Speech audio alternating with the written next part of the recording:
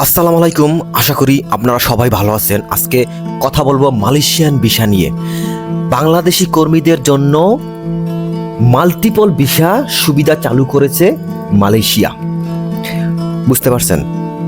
আমাদের জন্য এখন থেকে মালয়েশিয়া মাল্টিপল ভিসা দেবে। এটা কিন্তু খুবই খুশির সংবাদ, কারণ আমাদের দেশের শ্রমিকরা কিন্তু আগে মাত্র সিঙ্গেল এন্ট্রি ভিসা পেত, কিন্তু বিভিন্ন দেশের যারা শ্রমিক আছেন তারা কিন্তু সিঙ্গেল এন্ট্রি ভিসা পেত না, তারা কিন্তু মাল্টিপলই পেত। কিন্তু আমাদের দেশের শ্রমিকরা কিন্তু এই মাল্টিপল ভিসাই পেত। এটা কিন্তু আমাদের প্রতি একটা বৈষম্য আগে আগে থেকেই এটার আসলে কোনো প্রতিকার আগের সরকার নেয়নি, কারণ তারা আসলে বিভিন্ন কাছ থেকে তারা লাভ চিন্তা করছে, শ্রমিকদের কি হবে সেটা কিন্তু তারা কখনোই চিন্তা করে নাই। আর তারা যদি থাকতো কোনোদিনই এই শ্রমিকদের চিন্তা ভাবনা করতো না। ঠিক আছে, তাহলে চলেন পরবর্তী ধাপে আমরা যাই। তো এটা কিন্তু একদিনে হয়নি। ওখানকার যারা আপনার প্রবাসী শ্রমিক আছে তাদের কিন্তু দীর্ঘদিনের লড়াই ছিল এটা, জানেন? তারা কিন্তু দীর্ঘদিন মালয়েশিয়ান যে দূতাবাস আছে ওখানে কিন্তু দীর্ঘদিন তারা স্মারকলিপি দিতেছিলেন।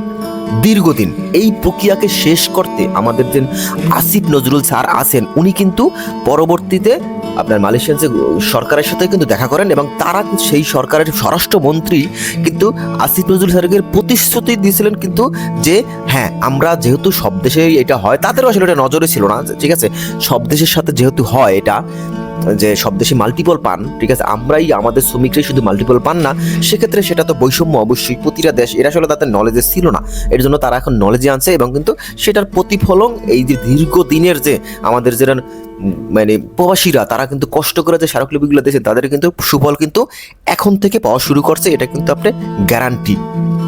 পরবর্তীতে আসেন, সিঙ্গেল এন্ট্রি ভিসায় যারা আছেন তাদের ভিসা এখন অটো মাল্টিপল হয়ে যাবে, অটো। বুঝতে পারছেন? যাদের সিঙ্গেল এন্ট্রি ভিসা আছেন তারা কিন্তু এখন ইচ্ছা করলেই দেশে আসতে পারবেন, দেশ থেকে যেতে পারবেন। ঠিক আছে, আগের মতো না। ঠিক আছে, আর নতুন করে তখন ভিসা যখন লাগবে আপনার পাসপোর্টে, তখন কিন্তু সেটা মাল্টিপল আকারেই চলে আসবে। ঠিক আছে, মাল্টিপল আকারে চলে আসবে। যারা আসলে এখন সিঙ্গেল এন্ট্রি ভিসা আছে তারা কিন্তু কোনো টেনশন নাই। তার কারণ কি, যে যারা সিঙ্গেল এন্ট্রি ভিসা পাইছেন তারা কিন্তু অবশ্যই এখন থেকে আসতে পারবেন, আপনাদের ফ্যামিলির সাথে দেখা করতে পারবেন, দেখা করে কিন্তু অবশ্যই আবারও ফেরত যেতে পারবেন সেই সিঙ্গেল এন্ট্রি ভিসা নিয়ে। কারণ সিঙ্গেল এন্ট্রিটা এখন এয়ারপোর্টে যারা আছেন তাদেরকে কিন্তু বলে দেওয়া হয়েছে যে এই সিঙ্গেল এন্ট্রি ভিসাই মাল্টিপল হিসেবে গণনা করা হবে। বুঝতে পারছেন? যেহেতু নতুন কোনো ভিসা আসলে ইস্যু করবে না, আর নতুন করে যেহেতু ভিসার মেয়াদ আছে তাহলে নতুন করে কেন ইস্যু করবে, ঠিক না? যাই হোক, পরবর্তীতে আসেন। তারপরে একটি আক্ষেপ কিন্তু আমার, যারা কোনো দোষ করে না তারপর কিন্তু ওখানে অবৈধ, ঠিক আছে, অবৈধ যারা আছেন তারা কি করবেন বলেন?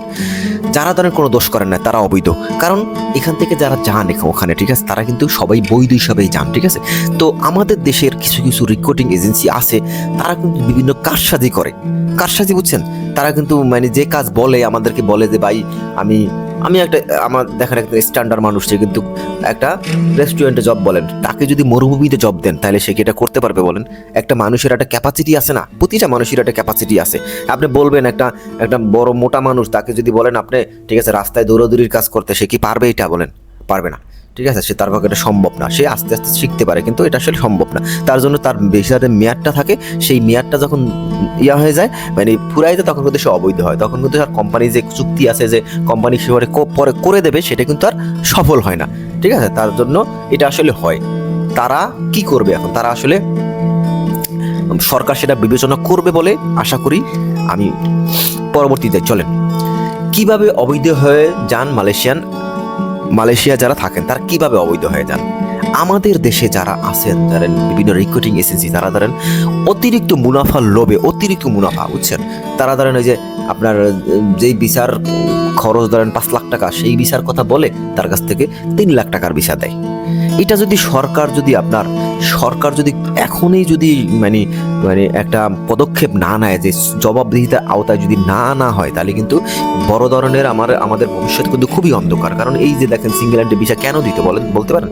যে আমাদের দেশের যারা আছে তাদের কিন্তু রিপুটেশন ভালো না। কারণ কি, এরা বলে একটা করে আর একটা। দেখা গেছে এদের ডাক্তারি সার্টিফিকেট আছে, আসলে ডাক্তার সে জানেই না, ডাক্তার বাড়ামি করতে পারে না।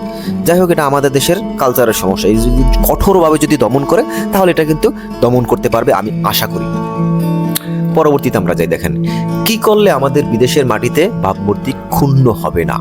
বুঝতে পারছি কি করলে। তো আমরা ওখানে যদি আমরা ধরেন বিভিন্ন ধরনের বিষয় যাই, ধরেন আমরা যদি ট্যুরিস্ট বিষয় যাই, অনেক দেশে আমরা ট্যুরিস্ট বিষয় যাই গিয়ে কিন্তু এখানে কাজে লাগে যাই, বুঝতে পারছেন, ট্যুরিস্ট বিষয় দিয়ে দেয়। কারণ একজন মানুষ যদি ট্যুরিস্টের সেরকম প্রমাণ দেখাইতে পারে, ধরেন একটা মানুষ থাইল্যান্ড মেলান ঘুরে আসলো, পরবর্তীতে মালয়েশিয়ার ট্যুরিস্ট বিষয় চাইলো, তাকে কিন্তু ট্যুরিস্ট বিষয় দিয়ে দেওয়া হয়, ঠিক আছে। সেক্ষেত্রে সেই এন্ট্রিটা কি করা আছে, এয়ারপোর্টে এন্ট্রি করা আছে কিন্তু ট্যুরিস্ট বিষয়, কিন্তু সেই লোক কিন্তু আপনার গেছে কিন্তু আর আসেনি, সেটা তাদের কাছে রিপোর্ট আছে না বলেন। তারা এইগুলো কত সংখ্যক সব কিন্তু তাদের কাছে রিপোর্ট আছে, এবং লাল চিহ্ন দেওয়া কোন দেশে বেশি হয়, ঠিক আছে এগুলা। তারপর ভুয়া কাগজপত্র কেন তৈরি করবেন বলেন? আপনি ধরেন একটা কাজ শিখছেন, আপনি বলছেন ওখানে কোম্পানির বলছেন এই লোকটা কি প্লাম্বারের কাজ জানে, আসলে উনি প্লাম্বারের পাও জানে না, ঠিক আছে। তার জন্য ওখানে গিয়া কিন্তু একটা মানে হ্যারাসমেন্ট, ওই কোম্পানি বলে যে তুমি কোন দেশের? বাংলাদেশের। সেই সময় কিন্তু অবশ্যই আমাদের দেশের যারা আছেন তারা কিন্তু মানে এটা ভাবমূর্তি ক্ষুণ্ণ হয় যে না, ওই দেশে যারা যেটা বলে সেটা হয় না। তার জন্য আপনাকে কিন্তু এইসব কাজ শিখতে কিন্তু বিশাল একদম 50 বছর লাগে না, লাগে আপনার এইসব কাজ শিখতে কিন্তু অবশ্যই অল্প 3 মাস 4 মাস 5 মাস এরকম সময় কিন্তু আপনি কাজটা শিখে কিন্তু গেলে কি আপনার স্যালারিটাও ভালো হয়, কোম্পানি খুশি হয়, আপনাকে আর একজন মানে বাংলাদেশ থেকে নিয়ে আসতে উৎসাহিত করা হয়, বলে দেখো এই ছেলেটা কত কত মানে ভালো কাজ জানে। সেক্ষেত্রে কিন্তু আমরা কিন্তু এটা করতেই পারি যে আমরা কাজ শিখবো, হাতের কাজ শিখবো, যে কোনো হাতের কাজ শিক্ষা, এবং ওই কাজেই আমরা বিষয় যাব। কারণ ওই কাজে বিষয় গেলে কি হবে, আপনি যেটা জানেন সেটা কিন্তু ভালোভাবেই করতে পারবেন, ঠিক আছে। আমরা সব সময় চাইবো আমাদের যারা প্রবাসী বাইরে আছেন তারা অনেক কষ্ট করেন, অনেক কষ্ট করে কাজ শিখেন, কাজ শিক্ষা পরে কিন্তু টাকা ইনকাম করে বাংলাদেশে রেমিটেন্স আকারে পাঠান। তাদেরকে আমি যোদ্ধা মানে শুধু রেমিটেন্স যোদ্ধা না, বাংলাদেশের অর্থনৈতিক চালিকা শক্তি হিসেবেই আমি বলবো। কারণ তারা যদি এই রেমিটেন্স না পাঠাইতো এরকম বিশাল পরিমাণে, তাহলে কিন্তু আমরা কিন্তু যে বিলাস পণ্য আমরা ব্যবহার করি, বিদেশি যে সুস্বাদু খাবার বা যে কোনো জিনিস আমরা যে ব্যবহার করি বিদেশে মাটি থেকে আমরা যেগুলো নিয়ে আসি, ঠিক আছে, বিভিন্ন যেগুলো আমাদের নাই, ওষুধ যেগুলো নাই, আমাদের কাঁচামাল যেগুলো নাই, সেগুলো কিন্তু আমরা সংকটে পড়তাম, ঠিক আছে। তো এই রেমিটেন্স যোদ্ধাদের সালাম জানাই।